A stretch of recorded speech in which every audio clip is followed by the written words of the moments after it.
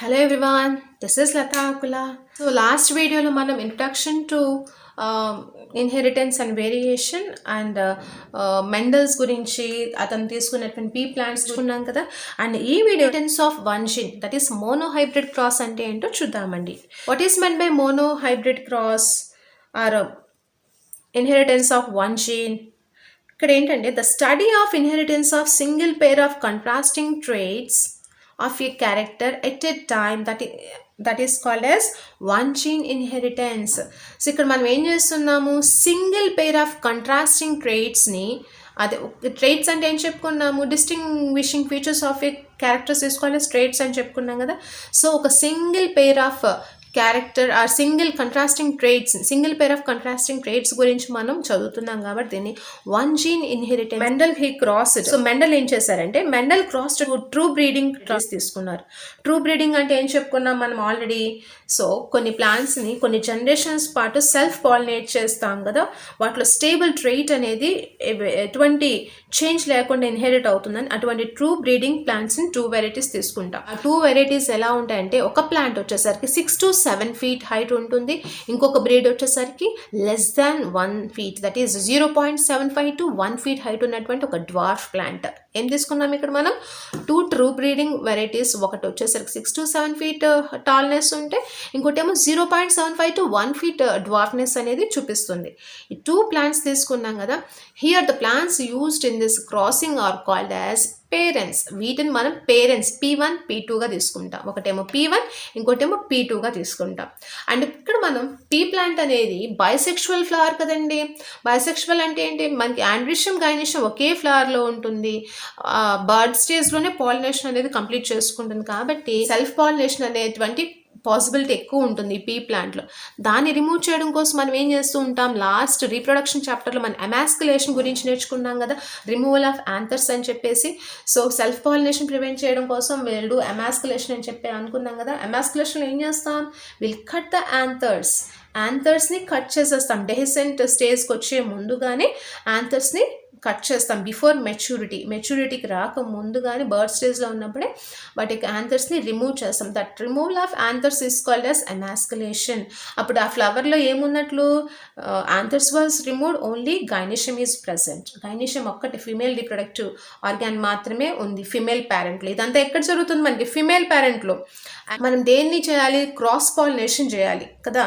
Self pollination avoid చేసి cross pollination చేయాలి కాబట్టి ఇప్పుడు ఏం చేస్తామంటే, పేరెంట్ నుంచి పాలెన్ మెచ్యూర్డ్ స్టేజ్కి వచ్చినటువంటి మేల్ పేరెంట్ నుంచి ఫ్లవర్ని తీసుకొచ్చి, అది ఆల్రెడీ డెహిసెంట్ స్టేజ్లో ఉంటుంది ఆ ఫ్లవర్, దాన్ని తీసుకొచ్చి ఇక్కడ ఎమాస్కులేటెడ్ ఫ్లవర్ ఉంటుంది కదా, దానికి స్టిగ్మా పైన డస్టింగ్ చేస్తాం.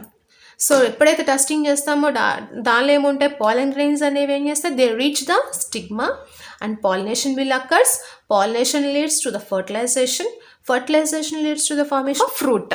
సో ఫ్రూట్ డెవలప్ అవుతుంది, సీడ్స్ అనేవి జనరేట్ అవుతాయి. సో సీడ్స్ని ఏం చేస్తాం, they were allowed to grow into the new plants. So వచ్చినటువంటి సీడ్స్ని న్యూ ప్లాంట్స్గా డెవలప్ చేస్తాం కదా. వచ్చినటువంటి న్యూ ప్లాంట్స్ ఏమంటామంటే first hybrid generation or filial generation or F1 generation. So ఇక్కడ వచ్చినటువంటి హాఫ్ స్ప్రింగ్ ప్లాంట్స్ని మనం F1 generation or filial generation or first hybrid generation plants అంటాం. సో ఇక్కడ ఏ టైప్ ఆఫ్ ప్లాంట్స్ వస్తాయండి, ఇక్కడ చూస్తే ఇక్కడ డెవలప్ అయిన ప్లాంట్స్ అన్నీ కూడా టాలే ఉన్నాయి. మనం యాక్చువల్గా మనం 2 ప్లాంట్స్ తీసుకున్నాం కదా, టాల్, డ్వార్ఫ్. ఎక్కడా కూడా మనకి డ్వార్ఫ్ ప్లాంట్ అనేది ఒక్కటి కూడా కనిపించడం లేదు. అన్ని ప్లాంట్స్ కూడా టాల్ ఉన్నాయి. నియర్లీ 6 to 7 feet హైట్ ఉన్నటువంటి టాల్ ప్లాంట్స్ అనేవి డెవలప్ అయ్యాయి. అంటే ఇక్కడ డ్వార్ఫ్నెస్ అనేటువంటి క్యారెక్టర్ అనేది ఇక్కడ డిజపియర్ అయింది. ఈ జనరేషన్లో డ్వార్ఫ్నెస్ అనేటువంటి క్యారెక్టర్ ఏమైపోయింది, డిజపియర్ అయిపోయింది. ఓన్లీ టాల్నెస్ అనేటువంటి ఆ ట్రేట్ మాత్రమే ఎక్స్ప్రెస్ అయింది. సో ఏం చేసాం మనం, టాల్, డ్వార్ఫ్ 2 ప్లాంట్స్ తీసుకున్నాం కదండి. P1 P2 పేరెంట్స్లో tall, dwarf pollinate చేస్తే వచ్చినటువంటి జెనాలజీ ఏంటి, టాల్ ప్లాంట్స్ వచ్చినాయి కదా. F1 జనరేషన్లో ఏమి వచ్చినాయి, టాల్ ప్లాంట్స్. F1 జనరేషన్లో వచ్చిన టాల్ ప్లాంట్స్ వీటిని సెల్ఫ్ పాలినేట్ చేస్తాయి. ఇప్పుడు క్రాస్ పాలినేట్ చేయం. So the progeny we get from the F1 generation, they were allowed to self pollinate. So ఈ టాల్ ప్లాంట్స్ మధ్యలో సెల్ఫింగ్ చేసేస్తాం, సెల్ఫ్ పాలినేట్ చేసి వాటిని కూడా ఏం చేస్తాము, వాటి నుంచి ఫర్టిలైజేషన్ జరిగి ఫ్రూట్ ఫామ్ అయ్యి సీడ్స్ డెవలప్ అయిన తర్వాత seeds were allowed to grow into the plants. వచ్చినటువంటి ప్లాంట్స్ కనుక అబ్జర్వ్ చేస్తే F1 జనరేషన్ నుంచి వచ్చినటువంటి ప్లాంట్స్ ఏమంటామంటే F2 జనరేషన్. సో ఈ F2 జనరేషన్లో ఉన్న ప్లాంట్స్ అబ్జర్వ్ చేస్తే మన F1లో అన్ని టాల్ ప్లాంట్స్ వచ్చినాయి, మరి F2లో చూస్తేనేమో ఇక్కడ టాల్ 12 టాల్ ప్లాంట్స్ వస్తే ఇక్కడ ఓన్లీ 1 డ్వార్ఫ్ ప్లాంటే వచ్చింది. అంటే ఏంటి, 75% of the plants in the F2 generation are tall, 25% of the plants were the dwarf plants. So ఇక్కడ చూస్తే 3/4 టాల్ ప్లాంట్స్, 1/4 ప్లాంట్స్ అనేవి next filial generation or second filial generation or F2 జనరేషన్లో develop అయినాయి అనమాట. ఇక్కడ ఏం జరిగింది, F2 జనరేషన్లో డిసప్పియర్డ్ డ్వార్ఫ్నెస్, F1 జనరేషన్లో డిసప్పియర్ అయినటువంటి డ్వార్ఫ్నెస్ అనేది ఇక్కడ మళ్ళీ రీఅపియర్ అయింది.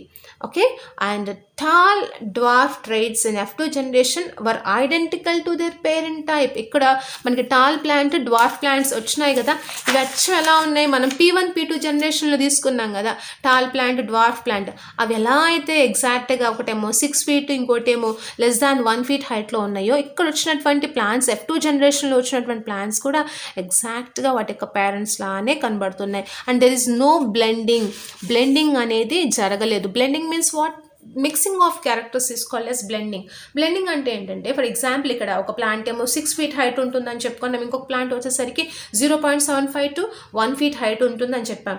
బ్లెండింగ్ అంటే ఏంటి, ఈ రెండు మిక్స్ అయిపోయి 3 feet 4 feet ఉన్న ప్లాంట్, మీడియం హైట్లో ఉన్నటువంటి ప్లాంట్ వస్తే దాన్ని బ్లెండింగ్ అంట.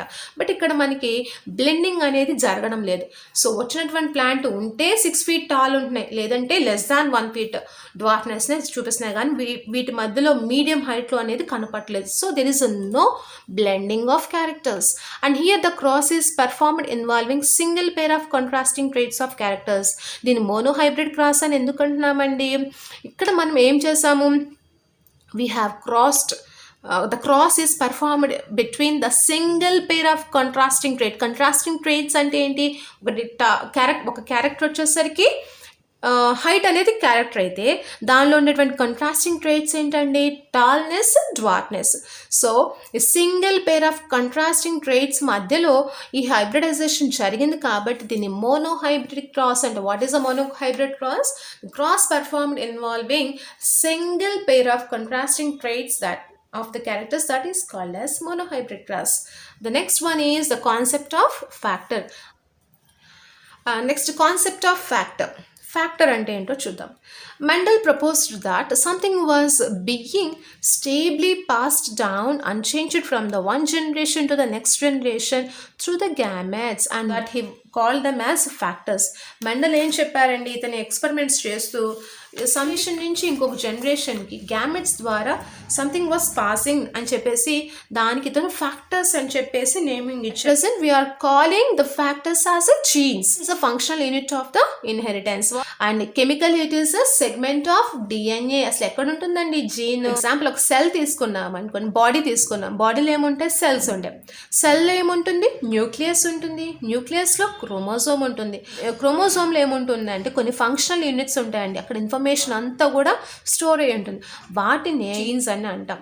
Okay, so chemically it is a segment of DNA. The genes coding for a pair of contrasting traits was called as alleles. So ఈ పేర్ ఆఫ్ కంట్రాస్టింగ్ క్యారెక్టర్స్కి కోడ్ చేసినటువంటి వాటిని ఏమంటాము, అలీల్స్ అంటామండి.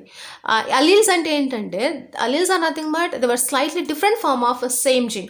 ఫర్ ఎగ్జాంపుల్ హెయిర్ కలర్ తీసుకున్నాం అనుకోండి, hair colour అనేది ఒక జీన్ని code చేస్తుంది, దీనిలో డిఫరెంట్ ఎలీల్స్ అనేవి ఉంటాయి. బ్లాక్ కలర్ ఒక ఎలీల్ అవ్వచ్చు, బ్రౌన్ కలర్ అనేది ఇంకొక ఎలీల్ అవ్వచ్చు. అండ్ ఆల్ఫాబెటికల్ సింబల్స్ అనేవి ప్రతి జీన్కి కూడా ఆల్ఫాబెటికల్ సింబల్స్ అనేవి ఇస్తూ ఉంటామండి. క్యాపిటల్ లెటర్ వచ్చేసరికి capital letter is given for the trait which was expressed in F1 generation. F1 జనరేషన్లో ఎక్స్ప్రెస్ అయినటువంటి జీన్కి వచ్చేసరికి క్యాపిటల్ లెటర్ ఇస్తాము. అదే F1 జనరేషన్లో ఎక్స్ప్రెస్ అవ్వకపోతే ఆ ట్రైట్కి వచ్చేసరికి స్మాల్ లెటర్ అనేది ఇస్తాము. ఫర్ ఎగ్జాంపుల్ మనకి F1 జనరేషన్లో టాల్నెస్ అనేటువంటి ట్రైట్ ఎక్స్ప్రెస్ అయింది కాబట్టి దానికి క్యాపిటల్ లెటర్ ఇచ్చాము. అండ్ F1 జనరేషన్లో డ్వార్ఫ్నెస్ అనే ట్రైట్ అనేది ఎక్స్ప్రెస్ అవ్వలేదు కాబట్టి దానికి స్మాల్ లెటర్ స్మాల్ టీ ఇస్తాం. అండ్ టీ అనేవన్నీ రెండింటిని ఏమంటాం, alleles. T, T are the alleles to each other. Capital T and small t are the alleles to each other. And plants లో alleles for height కి alleles చూస్తే capital T, capital T, capital T, small t, small t, small t ఇలా alleles ఉంటాయి. అంతేగాని టాల్నెస్కి tea, డ్వార్ఫ్నెస్కి D అనేది ఇవ్వరు. Confuse అయిపోతూ ఉంటామని చెప్పేసి. Johnson term gene, Bateson term allele. Next one phenotype and genotype. Phenotype అంటే ద అబ్జర్వబుల్ మార్ఫలాజికల్ అపియరెన్స్, మనం కంటితో చూసేదాన్ని ఫినోటైప్ అంట. మన కంటికి కనిపించేది ఉంటుంది కదా, టాల్నెస్ అనేది కనిపిస్తుంది, డ్వార్ఫ్నెస్ కనబడుతుంది, కలర్ కనబడుతుంది, షేప్, పాట్ షేప్ కనబడుతుంది, వీటన్నిటిని కూడా ఫినోటైప్స్ అంటాం. So the observable morphological appearance is called as phenotype. Example tallness, dwarfness. Genotype అంటే ఏంటి? The genetic information of an individual is called as genotype. ఈ జీనోటైప్ అనేది మనకి కంటికి కనిపించదు. The genetic information of an individual is called as genotype. Like capital T, capital T, capital T, small t, small t, small t అంటే టాల్నెస్ కి ఇవన్నీ కూడా genotype. And shape కి వచ్చేసరికి capital R, capital R, capital R, small R, small R, small R, ఇవి ఏంటి? Genotypes అంట. Next concept homozygous heterozygous. Homozygous heterozygous. Two alleles are identical. So ఇప్పుడు మనం చెప్పుకున్నాం కదా ఎలీల్స్ అని. సో ఆ ఎలీల్స్ అనేవి సేమ్గా ఉంటే దాన్ని హోమోజైగస్ అంటామండి. ఇక్కడ చూసామా, ఇక్కడ రెండు ఎలీల్స్ సేమ్గా ఉన్నాయి, ఇక్కడ డిఫరెంట్ ఎలీల్స్ ఉన్నాయి, మళ్ళీ ఇక్కడ సేమ్గా ఉన్నాయి. సో అలా సిమిలర్గా ఉన్నటువంటి alleles of are identical. If the two alleles are identical, that is called as homozygous condition. Like capital T, capital T, capital small t, small t, capital R, small r, small r. దీన్ని homozygous condition అంటారు. And who gave the term homozygous? Batson and Sanders. They termed the homozygous. Give the term homozygous Batson and Sanders. Next, heterozygous అంటే ఏంటండి? Different alleles. ఇక్కడేమో identical alleles ఏమో homozygous అన్నాం. Different alleles are called as hybrid or heterozygous. Heterozygous and hybrid అని ఒకటేనండి. And the term heterozygous was given by again Batson and Sanders. So different alleles are called as hybrid. Example, capital T, small t, capital R, small r. This is the homozygous and heterozygous. Next concept is dominant and recessiveness. So manaki based on the results obtained from the F1 generation, Mendel was able to propose that when two dissimilar factors were present in a single individual, only one is able to express and other is not. So ఈయన Mendel ఏం చేశారు, monohybrid క్రాస్లో మనకి F1 జనరేషన్లో ఏం చూశారు, only ఒక character మాత్రమే express అవుతుంది, టాల్నెస్ అనేది ఎక్స్ప్రెస్ అయింది. పేరెంట్స్ వచ్చేసరికి టాల్ అండ్ డ్వార్ఫ్ ఉన్నాయి, బట్ డ్వార్ఫ్నెస్ అనేది కనిపించట్లేదు. సో దాన్ని బేస్ చేసుకొని ఇక్కడ ఏమన్నారంటే డామినెంట్ అండ్ రెసెసివ్నెస్ అనేది ఉంటుంది. డామినెంట్ అంటే ఏంది? Traits that expressed in the ఆఫ్ స్ప్రింగ్స్లో వాటి యొక్క క్యారెక్టర్ని ఎక్స్ప్రెస్ చేసే వాటిని ఏమంటాం? డామినెంట్ అంట. ఫర్ ఎగ్జాంపుల్ ఇప్పుడు మనం చూసాం కదండి, F1 జనరేషన్లో మనకి plants capital T, small t వచ్చాయి, కానీ అవన్నీ వాటిలో ఏముంది? 2 ఎలీల్స్ ఉన్నాయి, టాల్నెస్కి సంబంధించినవి కదా, 2 ఎలీల్స్ ఉన్నాయి కదా, కానీ దానిలో ఒక్కటి మాత్రమే ఎక్స్ప్రెస్ అవుతుంది. ఒకటేమో డామినెంట్ అంటాం, ఇంకోటేమో రెసెసివ్. టాల్నెస్, డ్వార్ఫ్నెస్ సంబంధించిన 2 ఎలీల్స్ ఉన్నప్పటికీ కూడా ఏ ఎలీల్ అయితే దాని క్యారెక్టర్ని చూపిస్తుందో దాన్ని డామినెంట్ అంటాం. So for example TT jeans ఉన్నాయి మనకి. F1 జనరేషన్లో ఉన్నటువంటి హాఫ్ స్ప్రింగ్స్ అన్నింటిలో కూడా టీటీ ఎలీల్స్ అనేవి ఉన్నాయి, ట్రేట్స్. బట్ వీటిలో ఏది ఎక్స్ప్రెస్ అయింది? టీ అంటే ఏంటి? టాల్నెస్. స్మాల్ టీ అంటే డ్వార్ఫ్నెస్. బట్ అన్ని ప్లాంట్స్ యొక్క ఫీనోటైప్ చూస్తే అవన్నీ కూడా టాల్గా ఉంది. అంటే ఇక్కడ మనకి స్మాల్ టీ క్యారెక్టర్ అనేది ఏమైంది? ఎక్స్ప్రెస్ అవ్వడం లేదు. F1 జనరేషన్లో ఈ స్మాల్ టీ క్యారెక్టర్ అనేది ఎక్స్ప్రెస్ ఆ ట్రైట్ అనేది ఎక్స్ప్రెస్ అవ్వలేదు. ఓకే, కాబట్టి దీన్ని dominant. Here in T which one is dominant? T, capital T is dominant. The trait that gets expressed in the offspring is called as a dominant. And what is meant by recessive? The factor which fails to express. ఇక్కడ T అనేది దాని యొక్క phenotypic క్యారెక్టర్ని express చేయడంలో fail అయిపోయింది కదా, అది ఏదైతే దాన్ని ఎక్స్ప్రెస్ చేస్తుంది, ఇక్కడ ఈ డామినెంట్ క్యారెక్టర్ అనేది దీన్ని తొక్కేస్తుంది, అది ఎక్స్ప్రెస్ అవ్వకుండా దాన్ని స్టాప్ చేస్తుంది. సో ఈ రెసెసివ్నెస్ అనేది ఇక్కడ అణచివేయబడింది ఈ ఫ్యాక్టర్ అనేది. So factor which fail to express remain hidden ఆ హిడెన్ కండిషన్లో ఉన్న దాన్ని ఏమంటాము రెసెసివ్. ఇక్కడ small T is the recessive one. మరి ఈ రెసెసివ్ అనేది ఎప్పుడు ఎక్స్ప్రెస్ అవుతుంది? The dominant allele influences the appearance of the phenotype even in the presence of alternate allele. ఇప్పుడు మనకి F1 జనరేషన్లో వచ్చినటువంటి హ్యాండ్స్ అన్ని ఎలా ఉన్నాయండి? టీ కదా, టీ అనేటువంటి ఎలీల్స్ ఉన్నాయి, capital T small T. But phenotype వచ్చేసరికి టాల్నెస్ని చూపిస్తుంది. సో ఇక్కడ చూస్తే మనకి డామినెంట్ ఎలీల్ ఏం చేస్తుంది? ఈ డామినెంట్ ఎలీల్ అంటే క్యాపిటల్ టీ అనేటువంటి ఎలీల్ ఈ phenotype that influences the phenotype even in the presence of alternate allele. Small T ఉన్నప్పటికీ కూడా దాని యొక్క క్యారెక్టర్ని ఇది హిడెన్ చేసేసి ఇది ఎక్స్ప్రెస్ అవుతుంది, క్యాపిటల్ టీ అనేది ఎక్స్ప్రెస్ అవుతుంది. మరి అప్పుడు రెసెసివ్ ఎలీల్ కనబడుతుందండి. The recessive allele influences the appearance of phenotype only in the presence of another identical allele. So identical alleles ఉన్నప్పుడు మాత్రమే రెసెసివ్ ఎలీల్ అనేది దాని యొక్క ఫినోటైపిక్ క్యారెక్టర్ని ఎక్స్ప్రెస్ చేస్తుంది. మనం చూసాం F1 జనరేషన్లో అన్ని క్యాపిటల్ టీ స్మాల్ టీ వచ్చాయి. ఆ క్యాపిటల్ టీ స్మాల్ టీ వచ్చినటువంటి F1 జనరేషన్లో ప్లాంట్స్ మనం సెల్ఫింగ్ చేసినప్పుడు F2 జనరేషన్లో ఏం కనిపించింది? స్మాల్ టీ వచ్చాయి కదా. సో ఈ రెసెసివ్ ఎలీల్ ఎప్పుడు దాని యొక్క ఫినోటైపిక్ క్యారెక్టర్ని ఎక్స్ప్రెస్ చేస్తుందంటే రెండు ఐడెంటికల్ ఎలీల్స్ ఉన్నప్పుడు మాత్రమే దాని యొక్క ఫినోటైపిక్ క్యారెక్టర్ని ఎక్స్ప్రెస్ చేస్తుంది. అంటే స్మాల్ టీ రెండు కూడా స్మాల్ టీ ఎలీల్స్ ఉన్నప్పుడు మాత్రమే ఆ రెసెసివ్ ఎలీల్ అనేది దాని యొక్క ఫినోటైపిక్ క్యారెక్టర్ని ఎక్స్ప్రెస్ చేస్తుంది, అంటే డ్వార్ఫ్నెస్. ఒకవేళ క్యాపిటల్ టీ స్మాల్ టీ అంటే డామినెంట్ రెసెసివ్ రెండు ఉన్నప్పుడు ఓన్లీ డామినెంట్ మాత్రమే కనబడుతుంది. బట్ రెసెసివ్ ఎప్పుడు ఎక్స్ప్రెస్ అవుతుంది? రెండు కూడా ఐడెంటికల్ ఎలీల్స్ ఉన్నప్పుడు మాత్రమే రెసెసివ్నెస్ అనేది ఫినోటైపిక్ క్యారెక్టర్ అనేది కనబడుతుంది. సో వీటికి ఎగ్జాంపుల్స్ తీసుకుంటే జనరల్గా డామినెంట్ అండ్ రెసెసివ్కి free ear lobe is dominant over the recessive allele that is attached ear lobe. Brown eye colour అనేది ఎక్కువగా మనకి పాపులేషన్లో కనబడుతూ ఉంటుంది. ఐ కలర్ అనేది చాలా రేర్గా కనబడుతుంది కదా. So black eye colour or brown eye colour అనేది dominant over the blue eye colour which is a recessive one. అలాగే మనకి మెండల్ తీసుకున్నటువంటి క్యారెక్టర్స్లో డామినెంట్ అండ్ రెసెసివ్ చెప్పుకున్నాం already. Tallness is dominant over the dwarfness. Round seed is dominant over the wrinkle seed. Yellow seed is dominant over the green seed. Violet flower is dominant over the white flower. Inflated pod is dominant over the constricted pod. Green pod is dominant over the yellow pod.